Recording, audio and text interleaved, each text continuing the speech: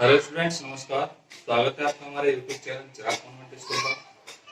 Friends, आज हम आपके लिए फ्यूचर कंटिन्यूअस टेंस से रिलेटेड जो भी कॉन्सेप्ट्स है वो क्लियर कराने वाले हैं। तो आपसे रिक्वेस्ट करता हूँ इस वीडियो के अंत तक बने रहिए। आइए शुरू करते हैं हमारा आज का topic, future continuous tense. Friends, जैसा कि हम शुरुआत हमेशा डेफिनेशन से करते हैं, तो फ्यूचर कंटिन्यूअस टेंस की जो डेफिनेशन है वो क्या है। इस टेंस के वाक्यों के अंत में रहा होगा, रही होगी, रहे होंगे, वह रहा होगा आदि शब्द आते हैं। और इस टेंस की जो हेल्पिंग वर्ब होती है, जिसे हम सहायक क्रिया कहते हैं, वो फ्रेंड्स शैल बी तथा विल बी होती है। Clear friends? अब हम देखते हैं कि शैल बी का प्रयोग हम कहां पे करते हैं। आई तथा वी दोनों के साथ हम शैल बी का प्रयोग करते हैं, और आई और वी को छोड़कर बाकी जितने भी अदर सब्जेक्ट हैं उनके साथ हम विल बी का प्रयोग करते हैं। तो ये बात हम ध्यान रखेंगे। आइए शुरू करते हैं। सबसे पहले सिंपल सेंटेंस या एफर्मेटिव सेंटेंस किस तरह से बनाए जाते हैं।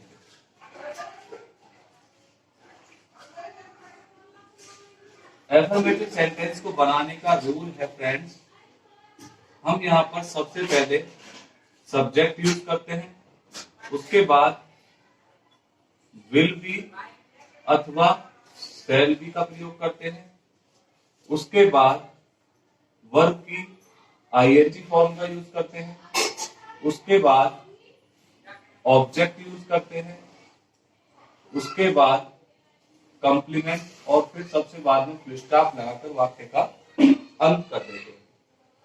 तो आइए एग्जाम्पल देखते हैं। एग्जाम्पल के लिए हम कह सकते हैं, जैसे मैं खाना खा रहा हूंगा।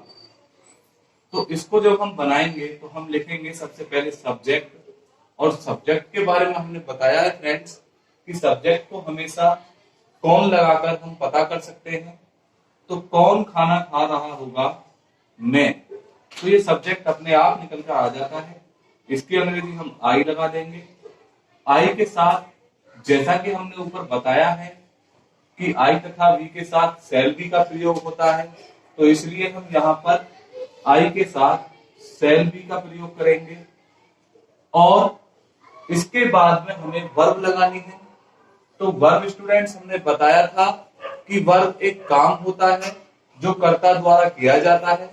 यहाँ पर कर्ता यानी कि मैं क्या काम कर रहा है, वो खाने का काम कर रहा है, तो इसलिए हम खाने की अंग्रेजी ईट लगा देंगे और इसमें आईएनजी जोड़ देंगे। इसके बाद हमें ऑब्जेक्ट लगाना है। ऑब्जेक्ट हमारा वह वस्तु या स्थान होता है जिसके बारे में बात की जाती है। तो हम यहाँ पर खाने के बारे में बात कर रहे हैं, तो यहाँ पर फूड हम लिख देंगे। और इसके बाद में कंप्लीमेंट देखना है। तो फ्रेंड्स, हमारा यहाँ पर कुछ भी नहीं बचा है, सभी का हमने कर दिया है, तो हम यहाँ पर इसके फुल स्टॉप लगाकर अंत कर देंगे। अगर यहाँ पर कल या कुछ और होता तो उसकी अंग्रेजी हम यहाँ लगा देते। देखते हैं दूसरा सेंटेंस इसी का। तुम विद्यालय जा रहे होगे। तो इसे बनाने के लिए हम क्या करेंगे फ्रेंड्स, सबसे पहले तुम की अंग्रेजी यू लगा देंगे हम, क्योंकि तुम हमारा इस वाक्य में सब्जेक्ट है। और सब्जेक्ट के बाद हमें आई या वी देखना है। आई तथा वी यहाँ पर नहीं है, तो हम सीधा सीधा यू के साथ विल बी का यूज कर देंगे। You will B. अब यहाँ पर वर्ब क्या है, जाना है। जाने के साथ हम आईएनजी का यूज करेंगे, यू विल बी गोइंग। अब कहाँ पर बात हो रही है, स्कूल यानी कि विद्यालय की बात हो रही है, तो हम you will be going to school लगाकर वाक्य का अंत कर देंगे। Clear students? तो इस तरह से हम फ्यूचर कंटिन्यूअस टेंस के अफर्मेटिव सेंटेंस को बना सकते हैं। आइए अब हम देखते हैं फ्यूचर कंटिन्यूअस टेंस के नेगेटिव सेंटेंस को कैसे बनाया जाता है। तो फ्रेंड्स आइए जानते हैं negative sentence. Friends negative sentence जो होते हैं वो एक नकारात्मक स्टेटमेंट्स होते हैं जिनमें किसी भी काम को करने के लिए मना कर दिया जाता है। तो यहाँ पर इनको बनाने का रूल हम यहाँ पर सबसे पहले लिखते हैं। प्रत्येक सेंटेंस में ये रूल भी हमारे काम आता है। तो हम यहाँ पर सबसे पहले सब्जेक्ट लगाएंगे फ्रेंड्स। सब्जेक्ट लगाने के बाद में हम यहाँ पर विल या सेल में से कोई एक लगाएंगे। उसके बाद हम यहाँ पर नॉट लगा देंगे और उसके बाद बी लगाएंगे, या हम यह भी कह सकते हैं कि विल नॉट भी लगाएंगे या सेल नॉट भी लगाएंगे। उसके बाद वर्ब की आईएनजी फॉर्म का यूज करेंगे, फिर ऑब्जेक्ट और कंप्लीमेंट लगाकर हम वाक्य का अंत कर देंगे। आइए देखते हैं इसके लिए कोई एग्जाम्पल कैसे हैं। इसमें एग्जाम्पल्स हैं जैसे हम कल मैदान में नहीं खेल रहे होंगे। अगर हम इस सेंटेंस को बनाएंगे तो देखिए कैसे बनाएंगे।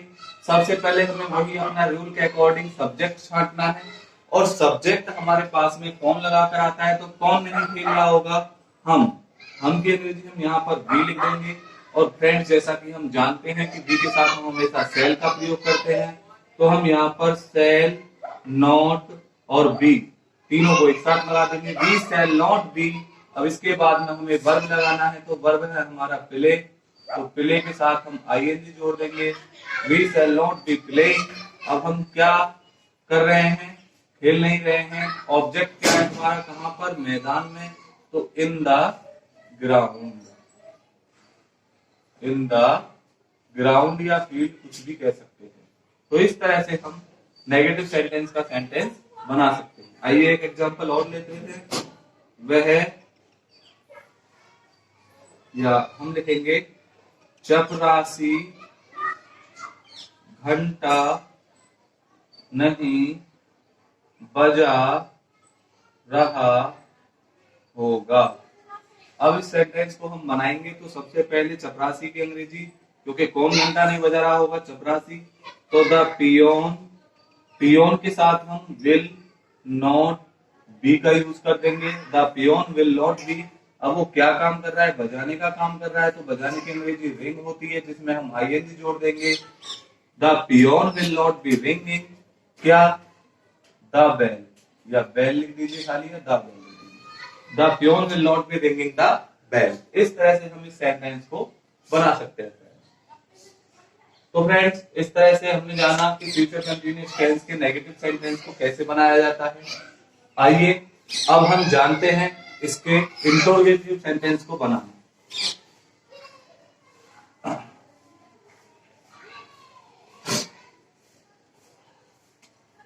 आइए फ्रेंड्स अब हम देखते हैं इंट्रोगेटिव सेंटेंस को कैसे बनाया जाता है। इंट्रोगेटिव सेंटेंस को बनाने का रूल हमने आपको बताया था कि ये दो प्रकार के होते हैं। प्रश्नवाचक स्टेटमेंट होती हैं, इनमें कोई भी प्रश्न पूछा जाता है। ये फर्स्ट टाइप वो होते हैं जिनमें हम क्या से शुरुआत करते हैं, वो फर्स्ट टाइप होते हैं, क्या से शुरू होने वाले। तो इन्हें हम कैसे बनाते हैं, देखिए सबसे पहले हम इसमें सेल या विल का प्रयोग करते हैं।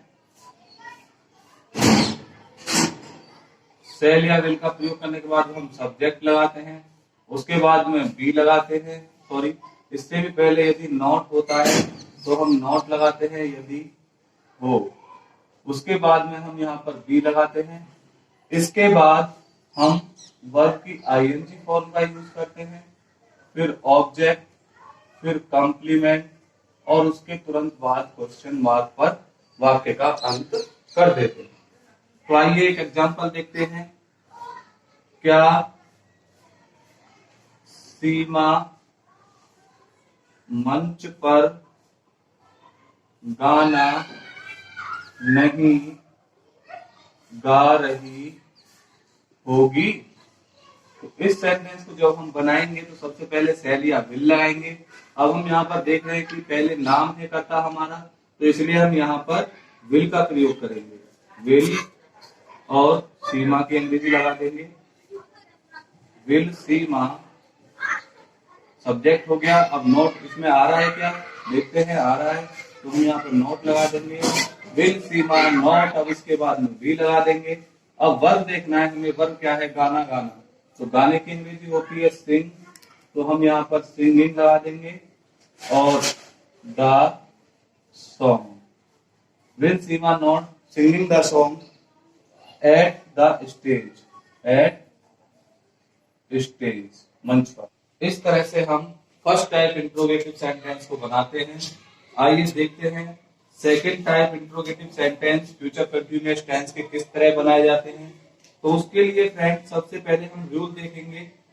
हमने आपको पहले बता दिया है कि जिनमें कोई भी प्रश्नवाचक शब्द, कोई प्रश्नवाचक शब्द जब वाक्य के बीच में आता है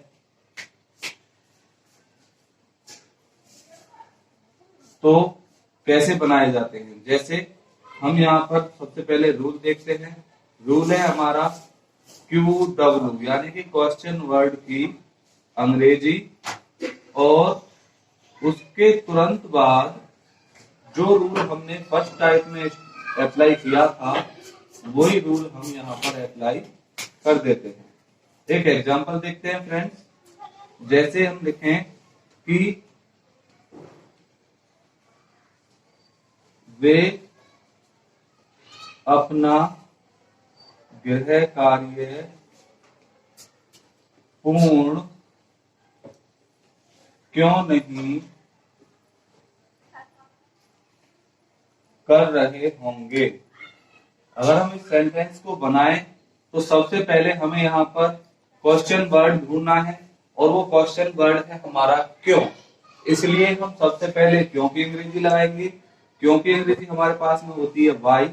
वाई के साथ अब हम देखेंगे सेकंड टाइम हमें क्या करना है, सेल या विल का यूज करना है। तो हम जानते हैं कि वे जो कि एक आई और वी को छोड़कर है ये सब्जेक्ट, इसलिए हम यहाँ पर विल लगा देंगे। Subject they, why will they. अब यहाँ पर नहीं आ रहा होगा तो नॉट लगा देंगे, नहीं आ रहा है नॉट बी। इतना सेंटेंस बनाने के बाद में हम देखेंगे कि वर्ब क्या है। वर्ब हमारे पास है कंप्लीट, पूर्ण करना, तो हम यहाँ पर कंप्लीट लगा देंगे, कंप्लीटिंग लिख देंगे इसे। Why will not be completing अपना गृह कार्य, तो अवर होम वर्क, और यहाँ पर क्वेश्चन मार्क लगाकर वाक्य का अंत कर देंगे। तो इस तरह से हम फ्यूचर कंटीन्यूअस टेंस के इंट्रोगेटिव सेंटेंस बना सकते हैं। तो फ्रेंड्स, हमने आज फ्यूचर कंटीन्यूअस टेंस के बारे में पढ़ा। आशा करता हूं आप सभी बहुत अच्छी तरह से समझ चुके होंगे। मिलते हैं आपसे नेक्स्ट वीडियो में, तब तक के लिए धन्यवाद।